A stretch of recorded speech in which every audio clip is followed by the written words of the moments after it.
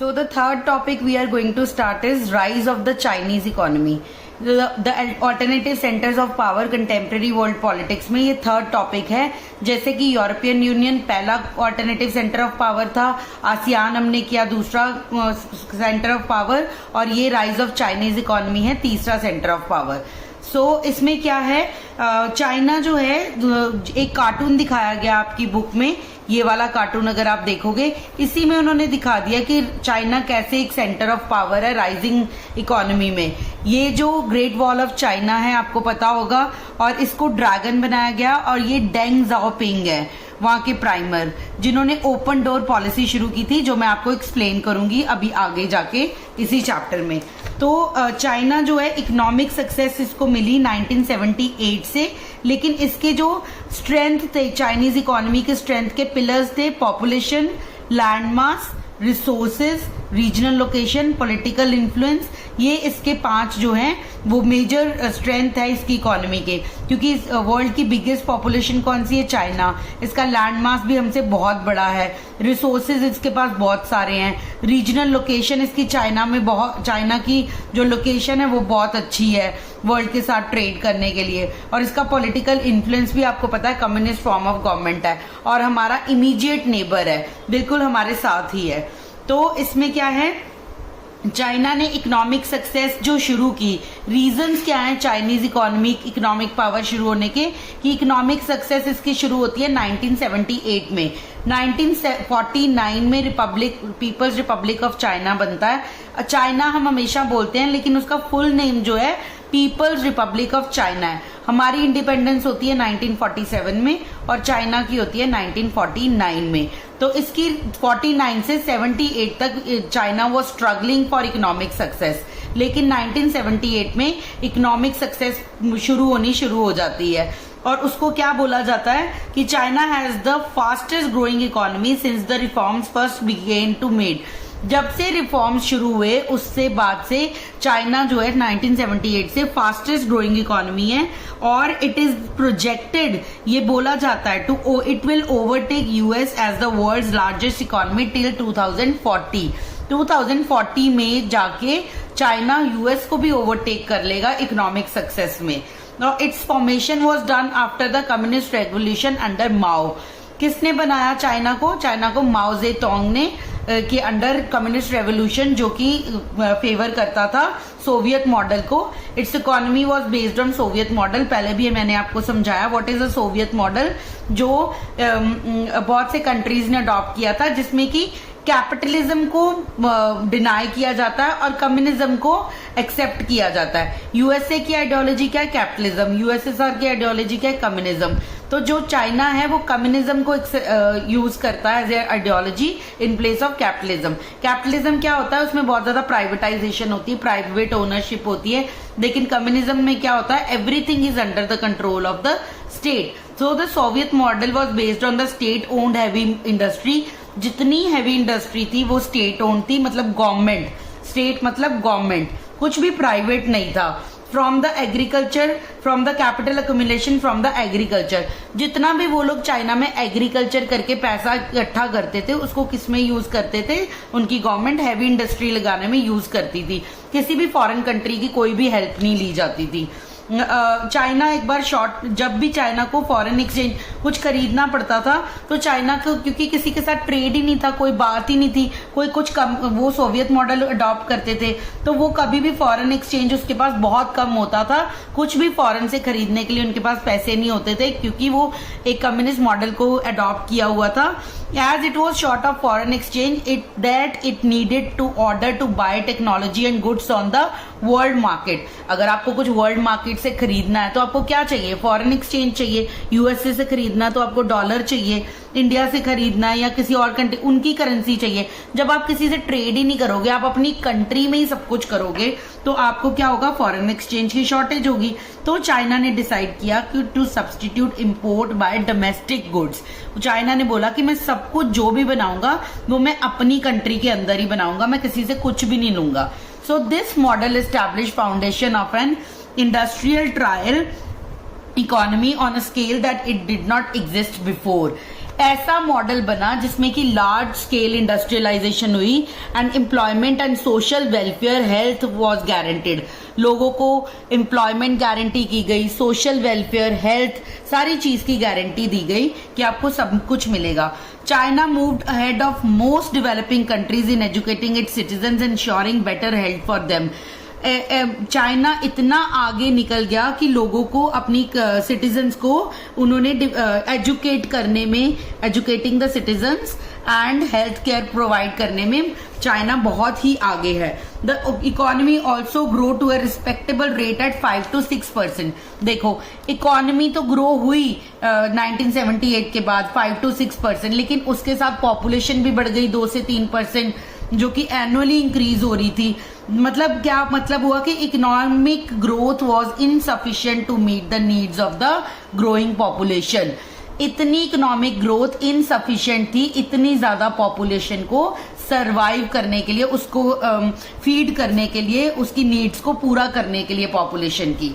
So agriculture production was not sufficient to generate a surplus for industry.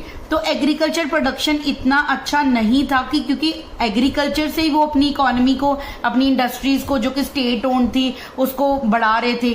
तो इतनी ज्यादा population के साथ इतना एग्रीकल्चर भी सफिशिएंट नहीं था कि वो इनके पास सरप्लस पैसा बचे इंडस्ट्रियलाइजेशन करने के लिए। तो its industrial production was not growing fast enough, international trade was minimal and per capita income was very low।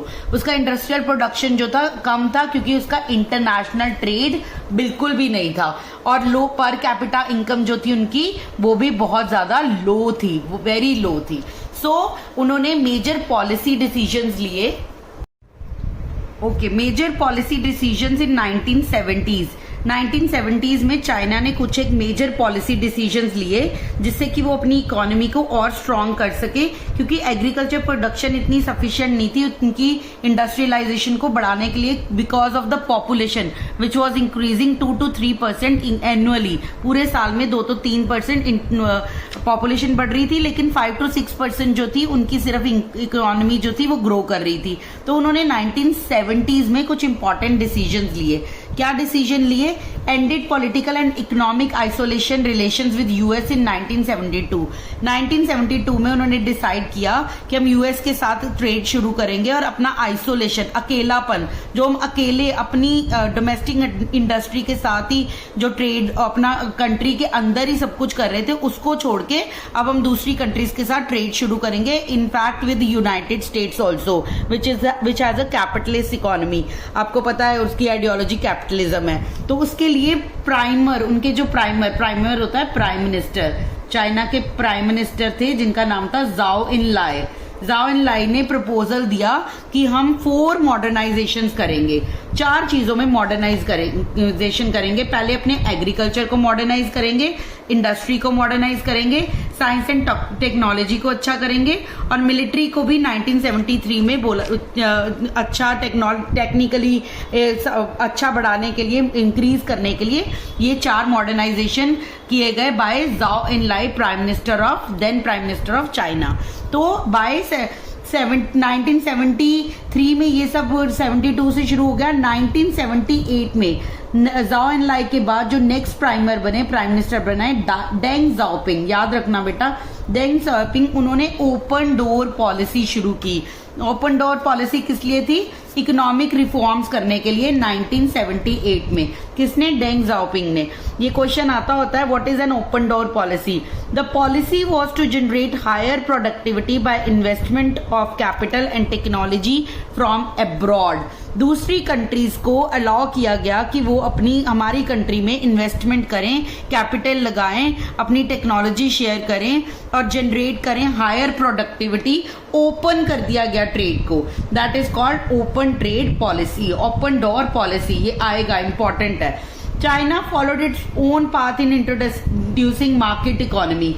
China ने मार्केट इकोनॉमी को, देखो बेटा इसको ना तुम रशिया के साथ थोड़ा सा वो क्लब करके देखना, क्योंकि उन्होंने जो किया था उन्होंने जब अपना, रशिया में भी कम्युनिज्म था, कम्युनिज्म से कैपिटलिज्म में जब वो आने लगे तो उन्होंने एक गलती करी। वो क्या गलती की उन्होंने, कि उन्होंने एकदम से जल्दी से ही कम्युनिज्म से कैपिटलिज्म की तरफ आ गए, जिसको क्या बोलते हैं शॉक थेरेपी 1991, जिससे रशिया डिसइंटीग्रेट हो गया।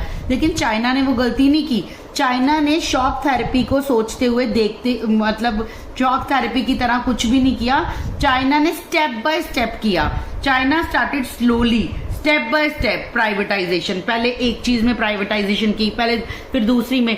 रशिया ने क्या किया, हर चीज को एक दिन में ही प्राइवेटाइज कर दिया। इन्होंने slowly and slowly, step by step अपनी मार्केट इकोनॉमी को प्राइवेटाइज किया। सबसे पहले इन्होंने एग्रीकल्चर को 1982 में प्राइवेटाइज किया, फिर इंडस्ट्री को 1998 में किया, और फिर ट्रेड बैरियर्स हटाए, एलिमिनेट किए, जिनको बोलते हैं special economic zones, SEZ, special economic zones, where foreign investors set up their industry. वो ऐसे जोन्स थे जहां पे कोई भी फॉरेन इन्वेस्टर आके अपनी जो है कंपनी को या अपनी इंडस्ट्री को इस्टेब्लिश कर सकता है। The state played and continue to play a central role in setting up a market economy. लेकिन अपन सारा रोल किसके पास था, गवर्नमेंट के पास, स्टेट के पास सारा रोल था उस चीज को करने के लिए, इस्टेब्लिश करने के लिए। तो मार्केट इकोनॉमी जो चाइना ने शुरू की वो बिल्कुल ऑपोजिट थी शॉक थेरेपी ऑफ रशिया से। It was step by step and the privatisation was done slowly and steadily, first in agriculture, then in industry, then the special economic zones. Then आता है बहुत important part, that is the new economic policies, results of the privatisation. जो इन्होंने privatisation कर दिया step by step China ने, उसके results क्या हुए, remarkable rise in agriculture. Positive impacts हुए कि जो एग्रीकल्चर था वो रिमार्केबली राइज हुआ, इंक्रीज इन रूरल इकोनॉमी हुआ। जो सिर्फ शहरों में ही रिच बिकेम रिचर हो रहा था, अर्बन पीपल बिकेम रिचर हो रहा था, अब रूरल इकोनॉमी भी प्राइवेटाइजेशन से बढ़ने लग गई। Industry and agriculture grew at a faster rate. Industry and agriculture both, पहले तो जो एग्रीकल्चर से पैसा आता था उसी को इंडस्ट्री में लगाया जाता था। अब प्राइवेटाइजेशन करने से, फॉरेन इन्वेस्टर्स लाने से इंडस्ट्री एंड एग्रीकल्चर दोनों ग्रो होने लगे। और special economic zones led to rise in foreign trade. जब वो जो स्पेशल इकोनॉमिक जोन्स बनाए गए जहां पे स्टेट डिसाइड करेगी, जहां पे गवर्नमेंट डिसाइड करेगी कि कौन कौन कैसे कैसे ट्रेड करेगा, कौन से कंट्रीज करेंगे, वहां पे भी फॉरेन ट्रेड बहुत ज्यादा बढ़ गया, इंक्रीज हो गया, और जो ये जोन्स थे बहुत ही सक्सेसफुल साबित हुए। देन लेकिन सेंटर, स्टेट जो था, centre role in economy, centre control shift to state. जो पहले सेंटर सारा कंट्रोल करता था, अब वो सारा कंट्रोल जो था वो स्टेट्स के पास चला गया कि वो आप कैसे कंट्रोल करोगे। उसके लिए क्या बनाए गए, FDIs बनाए गए। What is FDI? What is the foreign direct investment. Foreign direct investment से क्या होता है कि जो China has become the important destination for foreign direct investment. जो दूसरे कंट्रीज की इंडस्ट्रीज हैं वो डायरेक्टली आके इन्वेस्ट कर सकते हैं चाइना के अंदर, उसको बोलते हैं FDI, which was the most successful. Then China's accession to WTO। What is that? China जो है वो वर्ल्ड ट्रेड ऑर्गेनाइजेशन का भी मेंबर बन गया, and the country plans to deepen its integration into the world economy and shape the future world economic order. Because उन्होंने step, it was the step in its opening to the outside world. इसको world, इन सबको FDI को और WTO को क्या बोलते हैं कि it was a step forward for the opening of the outside world. बाहरी दुनिया के लिए उन्होंने अपने घर के दरवाजे खोल दिए, जो कि पहले चाइना ने बंद कर रखे थे, वो सबके लिए उन्होंने दरवाजे खोल दिए, वेलकम किया कि आओ हमारे यहाँ पे फॉरेन एक्सचेंज रिजर्व आके इन्वेस्टमेंट करो और जैसे भी आप चाहो ट्रेड कर सकते हो। तो इससे फायदा क्या हुआ कि China has large foreign exchange reserves. आज चाइना के पास इतना फॉरेन एक्सचेंज है that allow it to make big investments in other countries, कि चाइना दूसरे कंट्रीज में कितना भी ज्यादा बिग इन्वेस्टमेंट कर सकता है। लेकिन इसके कुछ लिमिटेशंस भी हैं। जब ये सब अच्छा हुआ तो कुछ बुरा भी होता है अच्छे के साथ। एक्चुअली क्या हुआ, unemployment has risen in China with nearly 100 million people looking for jobs. इससे क्या हुआ, चाइना के अंदर ही जब फॉरेन इन्वेस्टमेंट्स आ गए तो फॉरेन इन्वेस्टर्स अपने साथ अपने लोग भी लाए, ज्यादा टेक्नोलॉजी भी बढ़ी, मैन पावर के लिए काम के लिए लोगों के, पहले लोग हाथ से काम करते थे वो कम हो गया, मशीन से शुरू हो गया, तो 100 million people were looking for the job, and female employment and conditions of work are as bad as in Europe the 18th and the 19th century. जो यूरोप में 19th और 18th सेंचुरी में बुरी हालत थी फीमेल एम्प्लॉयमेंट की, वो हालत हो गई चाइना में अनएम्प्लॉयमेंट की, फीमेल की कंडीशन इतनी खराब हो गई वहां पे जॉब के रिलेटेड। फिर इन्वायरमेंटल डिग्रेडेशन भी हुआ, वहां पे इतनी ज्यादा इंडस्ट्री इस्टेब्लिश हो गई, इतना फॉरेन डायरेक्ट इन्वेस्टमेंट हो गया दैट वहां पे environmental degradation and corruption have increase besides rise in economic inequality between rural and urban residents and coastal and inland provinces. ये तो हुआ first, unemployment, female unemployment, economic environmental degradation and corruption and economic inequality बहुत ज्यादा आ गई। Poor became poorer and rich became richer. Rural areas में लोग कम progress कर रहे थे, अर्बन रेजिडेंट्स ज्यादा कर रहे थे प्रोग्रेस। तो this was the Chinese economy का topic, and now we are going to start India and China relations. And the next topic is India China relations. India और इंडो चाइना रिलेशंस भी बेटा इसको बोला जाता है। So after India regained its independence from Britain and China expelled the foreign powers, there was a hope that both would come together to shape the future of the developing world and of Asia particularly. After independence like 1947 में India और 1949 में China, दोनों independent हुए, India Britain से और China foreign rule से।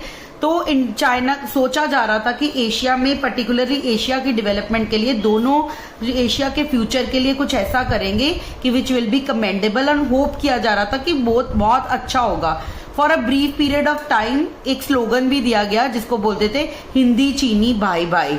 But the military conflict over a border dispute between the two countries मेयर्ड that hope. उस hope को खत्म कर दिया बिटवीन दोनों कंट्रीज के बीच में मिलिट्री कंफ्लिक्ट ने।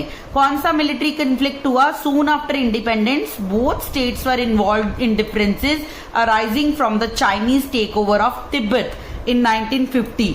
चाइना ने तिब्बत को 1950 में टेक ओवर कर लिया एंड द फाइनल सेटलमेंट हुआ फिर साइनो इंडियन बॉर्डर का। दोबारा से चाइना और इंडिया का बॉर्डर जो था उसको रीनेम किया गया, रीड्रॉ किया गया। China and India were involved in border dispute conflict in पहले 1950 में तिब्बत इशू पे और 1962 में फिर वॉर हुई इंडिया के बीच में। इंडिया और चाइना के बीच में वॉर हुई दो एरियाज को लेकर, एक तो लद्दाख, ये लद्दाख के पास अक्साई चिन, और दूसरा नॉर्थ ईस्ट जो है उसमें अरुणाचल प्रदेश को। इधर से लद्दाख में से अक्साई चिन और यहाँ पे नॉर्थ ईस्ट में से अरुणाचल प्रदेश को लेके, एरियाज को लेके वहां पे वॉर हो गया इंडिया और चाइना के बीच में 1962 में। तो डिप्लोमेटिक रिलेशन जो थे वो दोनों के बीच में बहुत ज्यादा खराब हो गए। Conflict of 1962 in which India suffered military reverse has long been implications for Indo China relations. तो क्या हुआ? Diplomatic relation between the two countries were downgraded until 1976।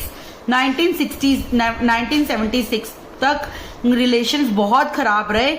More pragmatic क्या होता है? प्रैक्टिकल नहीं थे, मतलब वो बात नहीं करते थे आपस में। कंट्रीज में रिलेशन जो थे वो बहुत ही ज्यादा डाउन थे, खराब थे। So therefore relations between the two countries became to improve slowly. धीरे धीरे रिलेशंस जो थे 76 के बाद, आफ्टर 1976 के बाद इम्प्रूव होने शुरू हुए Indo China relations. After the change in China's political leadership from the mid of 1970, China's policy became more pragmatic and less ideological. आपको पता है चाइना ने ओपन डोर पॉलिसी शुरू की 78 में, तो more pragmatic mean more practical, practical हो गई चाइना की आइडियोलॉजी और लेस कम्युनिस्ट हुई। वो कम्युनिज्म पे कम स्ट्रेस करके अब ज्यादा प्रैक्टिकली स्ट्रेस दे रहे थे China. So it was prepare to put off the settlement of contagious issue while improving relation with India. India के साथ रिलेशन सॉल्व करने के लिए चाइना रेडी था अब, जब उन्होंने अपनी पॉलिसी को, अपनी आइडियोलॉजी को ज्यादा प्रेगमेटिक किया, ज्यादा प्रैक्टिकल किया। So, a series of talks to resolve the border issue were also initiated in 1981. बहुत सारे सीरीज ऑफ टॉक्स हुए, कॉन्फ्रेंसेस हुई, जिसमें अपने इशू, बॉर्डर इशू को रिजॉल्व करने की इंडिया चाइना ने कोशिश की। Since the end of the Cold War, there has been significant changes in the Indo-China relations. Cold war कब खत्म हुई? 1991 में, हम सब जानते हैं। एक स्ट्रैटेजीज एंड इकोनॉमिक डायमेंशंस जो थे हमारे जो थे वो चेंज हुए। Both view themselves as rising powers in global politics. Both mean India और चाइना ने अपने आप को बोल दिया कि हम एक ग्लोबल पावर्स है, राइजिंग पावर्स हैं, और बोथ प्ले करेंगे, एक गुड रोल प्ले करते हैं in the improvement of the economy of both the countries. So सबसे पहला स्टेप था राजीव गांधी का चाइना का विजिट इन 1988। 1988 में राजीव गांधी जी ने चाइना का विजिट किया और वहां पे रिलेशंस को ठीक करने की कोशिश की। तो क्या हुआ, पहले भी ये कोशिशें की जा चुकी थी, जिसमें कि राजीव गांधी के विजिट में impetus for improvement in since both government have taken measures to contain conflict, maintain peace and tranquility on the border.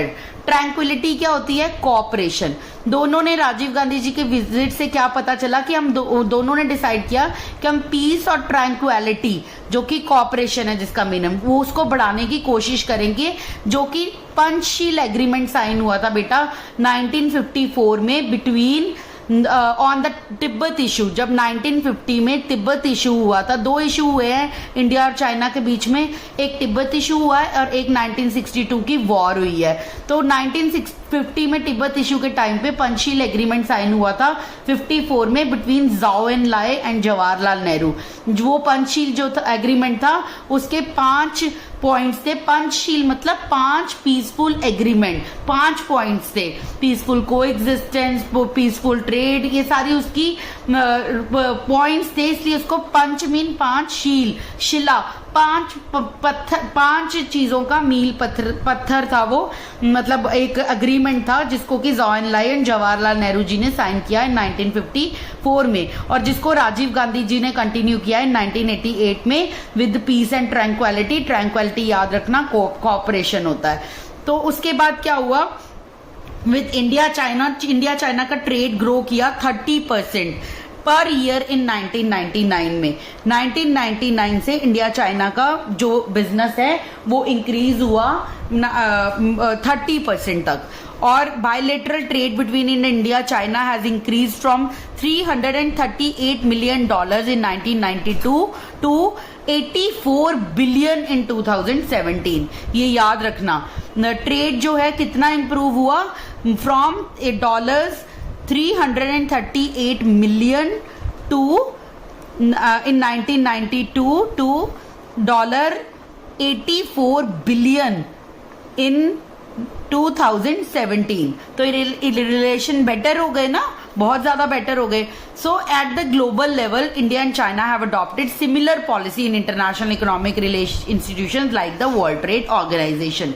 But India जो है उसने अपने न्यूक्लियर टेस्ट भी किए। 1998 में इंडिया ने अपना न्यूक्लियर टेस्ट किया, जिसको इंडिया ने ये कह के जस्टिफाई किया कि हमें चाइना से डर है, क्योंकि चाइना एक न्यूक्लियर पावर है और चाइना जो है वो पाकिस्तान को सपोर्ट भी करता है, और Pakistan is also built up about to and China was contributing to the build-up of the Pakistan nuclear program. So India justified their nuclear test by saying that we have a threat from China because China is supporting Pakistan, Bangladesh as well as Myanmar also, those who are hostile to Indian interests, जो कि तीनों India के hostile है, जिनके relation India के साथ अच्छे नहीं है। So it was the threat to India कि however none of these issue is likely to lead to conflict between the two। जबकि इन सब को लेके कभी भी कोई conflict नहीं हुआ है इंडिया और चाइना के बीच में। One sign of this is that talks to resolve the boundary question have continued without interruption and military to military cooperation is increasing. Increasing transportation, communication links, common economic interests, global concerns should help establish more positive and sound relationship between the two populous countries in the world. Most populous countries, two most populous countries of the world कौन से हैं? India and China. अब तो India China को भी पार कर गया है, ओवरटेक कर गया है in at the question of population. Now India is number 1 and China is number 2. Alternative centres of power में अगला सेंटर ऑफ पावर है जापान. जापान जैसे कि आप सब जानते हो एक आइलैंड कंट्री है रशिया के साइड में. अगर आप वर्ल्ड मैप देखोगे तो थर्ड लार्जेस्ट इकोनॉमी है. Third largest economy of the world है Japan. Technologically very good products they have made. You might have heard, आपने सुना होगा Japanese brands like Sony, Panasonic, Canon, Suzuki, Honda, Toyota, Mazda. ये सब कौन से brand है जापान के. They have a reputation for making high technological products. इनकी एक रेपुटेशन है हाई टेक्नोलॉजी प्रोडक्ट्स बनाने के लिए, और इनके प्रोडक्ट्स बहुत अच्छे भी होते हैं. और Japan has very few natural. Japan एक आइलैंड कंट्री है बेटा. ऐसे करके ऐसा कुछ उसका शेप है. जब आप वर्ल्ड मैप पे देखोगे तो वो एक आइलैंड्स है, आइलैंड्स की तरह है. वहाँ पे जो घर होते हैं ना वो भी पिजन हाउसेज होते हैं. इतने छोटे छोटे घर होते हैं वहाँ पे. बहुत छोटी कंट्री है लेकिन वेरी प्रोग्रेसिव. उनके जो नेचुरल रिसोर्सेज है वो बहुत कम है, इसलिए वो सब कुछ रॉ मटेरियल से लेके सब काफी सारी रॉ मटेरियल्स जो है वो इम्पोर्ट करते हैं, मंगवाते हैं दूसरे कंट्री से.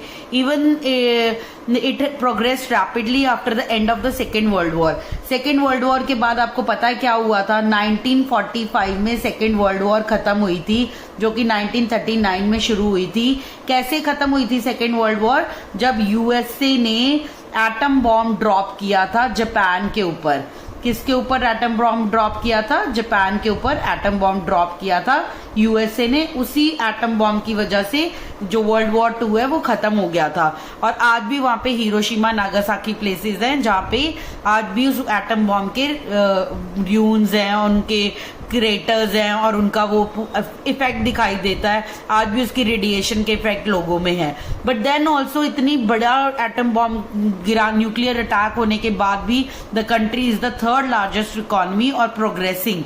Japan became a member of the Organization of Economic Cooperation and Development OECD, जिसको क्या बोलते हैं? OECD, जिसकी फुल फॉर्म क्या है? Organisation of economic cooperation and development. 1964 में जापान उसका मेंबर बना. और 2017 में it is the third largest economy बना वर्ल्ड की. और एशिया की जो G7 है, जैसे यहाँ पे G20 हुआ है ना, वैसे G7 कंट्रीज जो है उनका ग्रुप का मेंबर है. और it is the 11th most populous nation in the world.